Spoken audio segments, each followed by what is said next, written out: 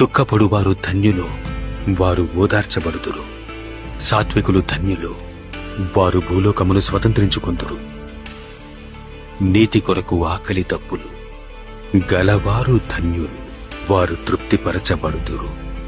కనికరము గలవారు ధన్యులు, వారు కనికరము పొందుదురు. హృదయశుద్ధి గలవారు ధన్యులు, వారు దేవుని చూచెదరు. సమాధాన పరచువారు ధన్యులు, వారు దేవుని కుమారులు అనబడుదురు. నీతి నిమిత్తము హింసింపబడువారు ధన్యులు, పరలోక రాజ్యము వారిది.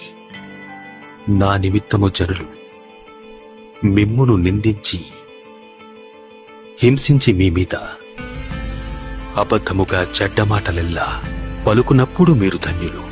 సంతోషించి ఆనందించుడి, పరలోకమందు మీ ఫలము అధికమగును.